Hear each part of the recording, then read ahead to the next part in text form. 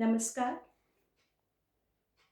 BA part third Hindi साहित्य के प्रथम प्रश्न पत्र की इस वर्चुअल क्लास में आपका स्वागत है। दुष्यंत कुमार की अगली गजल। अब किसी को भी नजर आती नहीं कोई दरार, घर की हर दीवार पर चिपके हैं इतने इश्तिहार।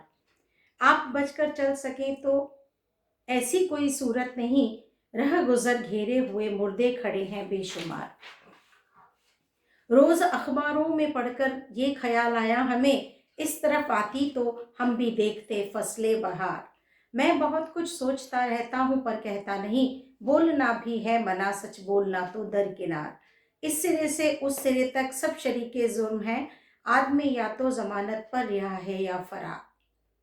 हालत इंसान पर बरहम न हो अहले वतन, वो कहीं से जिंदगी भी मांग लाएंगे उधार।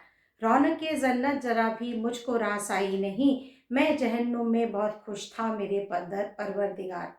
दस्तकों का अब किवाड़ों पर असर होगा जरूर, हर हथेली खून से तर और ज्यादा बेकरार। अब किसी को भी नजर आती नहीं कोई दरार, घर की हर दीवार पर चिपके हैं इतने इश्तिहार। इश्तिहार मतलब विज्ञापन। कवि कहता है कि इन अव्यवस्थाओं के, इन पीड़ाओं के या इन दुश्वारियों के इतने आदी हो गए हैं हम कि अब कहीं कोई कमी नजर ही नहीं आती। आप किसी चीज को बार बार लगातार झेलते रहते हैं तो आप उसके आदी हो जाते हैं। तो कवि का कहना यह है कि अब कोई दरार, कोई कमी, दरार माने आप समझते हैं कि कोई कमी, कोई दरार अब नजर ही नहीं आती। क्यों? क्योंकि घर की हर दीवार पर, घर यहाँ पर देश से अभिप्राय है कि घर की हर दीवार पर इतने इश्तिहार चिपके हुए हैं, इतने विज्ञापन चिपक चुके हैं, छपे हुए पोस्टर्स विज्ञापनों के इतने छप गए हैं, लग चुके हैं कि अब कोई दरार ही नजर नहीं आती। पीछे जो कमियां हैं उन्हें लुभावने वादों से छुपा लिया गया है। आप बचकर चल सके ऐसी कोई सूरत नहीं, रह गुजर घेरे हुए मुर्दे खड़े हैं बेशुमार। आप बचकर चल सके मतलब आप ये सोचें कि आप अपने सिद्धांतों को लेकर किसी राह पर चल सकते हैं, ये आपके लिए संभव ही नहीं है। क्यों? क्योंकि आपके लिए अब अपने सिद्धांतों पर चलने के लिए कोई रास्ता बचा नहीं है। मुर्दे माने जिनकी सोच समझ पर जंग लग चुका है। यहाँ मुर्दे से अभिप्राय शाब्दिक अर्थ मुर्दा नहीं है, यहाँ पर अभिप्राय है कि जिन्हें बोलना ही नहीं आता, जिन्होंने अपने हालातों के साथ समझौता कर लिया। अब यहाँ पर ऐसा लगता है कि हर इंसान ने अपने हालातों के साथ समझौता कर लिया।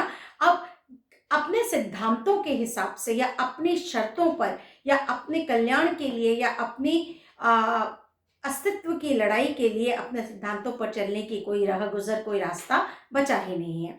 रोज अखबारों में पढ़कर ये ख्याल आया हमें, इस तरफ आती तो हम भी देखते फसले बयां। केवल अखबारों में ही पढ़ने को ये मिलता है कि पता नहीं कितने कितने अच्छे काम हो रहे हैं, कितनी योजनाएं क्रियान्वित हो रही हैं और कितना कितना क्या क्या लाभ लोगों तक पहुंच रहा है। अखबारों को पढ़कर लगता है कि हमारे देश में इतने अच्छे अच्छे काम हो रहे हैं, इतने उम्दा काम हो रहे हैं। क्यों? क्योंकि अखबारों में जो भी कुछ छपता है वो जो सरकार चाहती है वो छपता है, वास्तविकता से, सच्चाई से बहुत दूर है। वो कहते हैं कि इस तरफ आती, अगर वास्तव में फसलें बहार माने बाहर की फसल आती या वास्तव में कुछ अच्छा हुआ होता, कुछ कल्याणकारी हुआ होता, कुछ अस्तित्व के लिए या हमारे जो सपने कुछ साकार हुए होते, तो निश्चित रूप से हम भी देख पाते कि बाहर कैसी होती है, खुशी कैसी होती है। लेकिन हमें तो केवल अखबारों में ही पता चल रहा है कि हमारे देश में बहुत तरक्की हो रही है। मैं बहुत कुछ सोचता रहता हूं पर कहता नहीं, बोलना भी है मना सच बोलना तो दरकिनार। ऐसा नहीं है कि मेरे दिमाग में कुछ चलता नहीं है,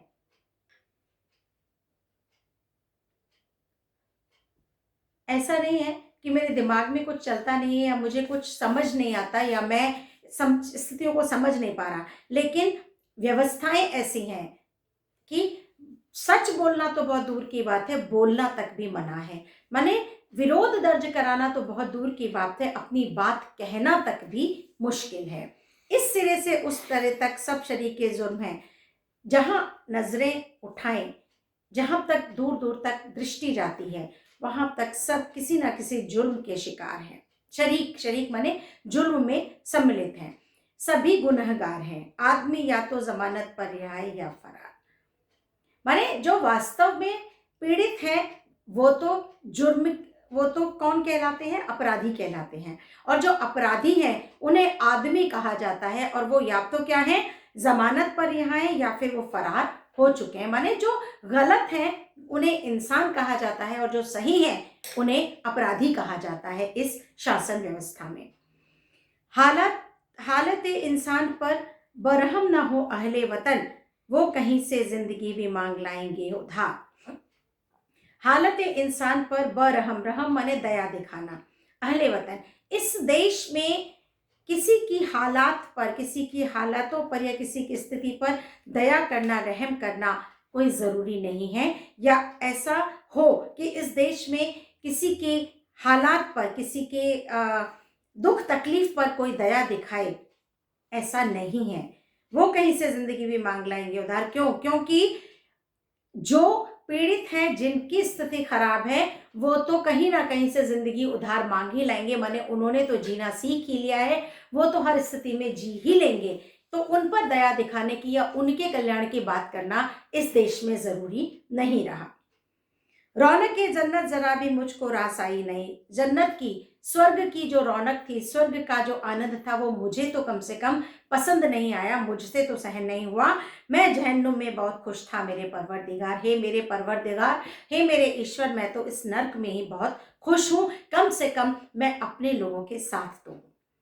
दस्तकों पर अब किवाड़ों का असर होगा जरूर, हर हथेली खून से तर और ज्यादा बेकरार। अब तक कवि निराश था, लेकिन इस अंतिम शेर तक आते आते वो फिर आशान्वित होता है। कहता है कि दस्तक, दस्तक माने खटखटाना, कि दस्तकों का अब किवाड़ों पर असर होगा जरूर। अब जो हथेलियां हैं, जिन हथेलियों से दरवाजा खटखटाया जा रहा है, दस्तकें दी जा रही हैं, वो हथेलियां खून से भर गई हैं। माने खटखटाते खटखटाते खून चोटिल हो गई हैं, चोट लग गई है और खून उतर आया उन हथेलियों में। और जितनी ज्यादा उन हथेलियों में पीड़ा है, उतनी ही वो ज्यादा बेकरारी से और ज्यादा कहना चाहिए कि परेशानी से, कष्ट से वो उस शासन का, उस आजादी के बाद के भारत के व्यवस्था का दरवाजा खटखटा रही है और ज्यादा। तो इसका कुछ ना कुछ असर तो आने वाले समय में होगा ही।